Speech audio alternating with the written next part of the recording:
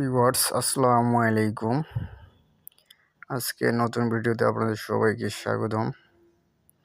তো বন্ধুরা, আজকে বাইরে প্রচুর রোদ। তো রোদের কারণে আর কি বাইরে বের হওয়া যাচ্ছে না এমন অবস্থা। তো এই যে দেখেন আকাশের অবস্থা একদম নীল হয়েছে, আর নীলের মধ্যে একটু সাদা সাদা মেঘ কি সুন্দরভাবে ভেসে বেড়াচ্ছে। আর এই যে দেখেন ভূমির অবস্থা, মাটিতে মানুষ ধান লাগিয়েছে, একদম সবুজ হয়ে আছে। তো সবুজের মধ্যে একটু আগুন জ্বলতেছে মনে হচ্ছে। গত কয়েকদিন ধরে যে এত গরম, অসহ্য রকম। আর বাইরে বের হওয়ার তো কোনো স্বস্তিবোধ নেই আর কি। বাইরে বের হলেই মনে করেন যে আপনার শরীর পুড়ে যাচ্ছে এমন অবস্থা। তো এই যে এই জমিটা দেখছেন, এটাতে কিন্তু বেগুন লাগাবে চাষ করছে। তো এই যে দেখেন মাটিগুলো ফেটে ফেটে গেছে, আর এখন ঘাস গজাচ্ছে আর কি। এই তীব্র রোদের কারণে মাটি ফেটে যাচ্ছে আর কি। তো দেখেন জমিটার কি অবস্থা হয়ে গেছে, শুধু রোদ। এই যে দেখেন কি অবস্থা ধান ক্ষেতের। এই যে সাদা সাদা মেঘ ভেসে বেড়াচ্ছে আকাশে। আসলে যতটা দেখতে সুন্দর লাগছে তার থেকে বেশি মনে করেন যে রোদের কষ্টটা মানুষকে সহ্য করতে হচ্ছে, কোনো উপায় নেই আর কি।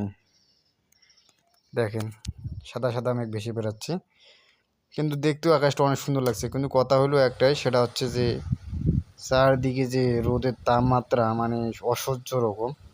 তো এই যে দেখেন এখানে এই ধান ক্ষেতটা, এই গত 2 দিন আগেই করেন যে একটু একটু একটু করে পানি ছিল, আর এখানে প্রচুর মাছ ছিল আর কি, ছোটো ছোটো মাছগুলা।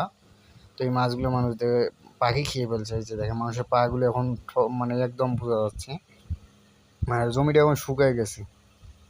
শুকায় যাওয়ার কারণে দেখবেন যে অনেক ধান গাছ কাইন্টার দিয়ে ঘুঘরি পোকা বলে সেগুলো করেন যে কেটে দিচ্ছে। এই যে মাটি ফাটা শুরু হয়ে গেছে আর কি জমির।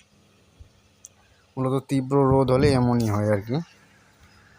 তো গত কয়েকদিনের রোদে এমন অবস্থা বলা চলে না আর কি। ধান গাছের এই যে দেখেন ধানের গাছের গোড়ায় ঘুঘরি কাটা শুরু হয়ে গেছে, এখন গাছগুলো মরে যাচ্ছে আর কি। যেহেতু গোড়ার দিকে শিকড়গুলো কেটে দিতেছে, এই যে এই গাছটা দেখলে বুঝবেন ভালো করে। এই যে দেখেন এই যে এই গাছটা আর কি, এই গাছটা ঘুঘরি পোকা এক সাইড দিয়ে কাটা শুরু করছে, কেবল কাটা শুরু করছে। এই যে সামনের গাছগুলো কাটতেছে, তারপর যে মাল্লির ঘুরে ঘুরে দেখবেন যে গাছগুলো এভাবে কেটে দিবে ধীরে ধীরে। যখন তো পানি শুকান তখন জমির মাঝখানে যাওয়া শুরু করবে। তো এই যে এই জমিটাতে দেখেন কীভাবে মাটিগুলো ফেটে ফেটে গেছে পানির অভাবে আর কি। মূলত কত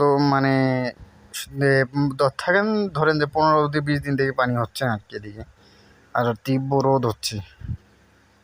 আর যে প্রথমে যে বর্ষার শুরুর যে বৃষ্টিটা ছিল, সেই বৃষ্টির মধ্যেই আর কি ধানগুলো লাগানো হয়েছে। তো ভিউয়ার্স, এই হচ্ছে আমাদের এদিকে গরমের কারণে তার রোদের কারণে যা অবস্থা আর কি, সব কিছুই অচল অবস্থা। তো সবাই ভালো থাকবেন, আজকে এ পর্যন্তই। আর রোদে কেউ বাইরে বের হবেন না। আসসালামু আলাইকুম।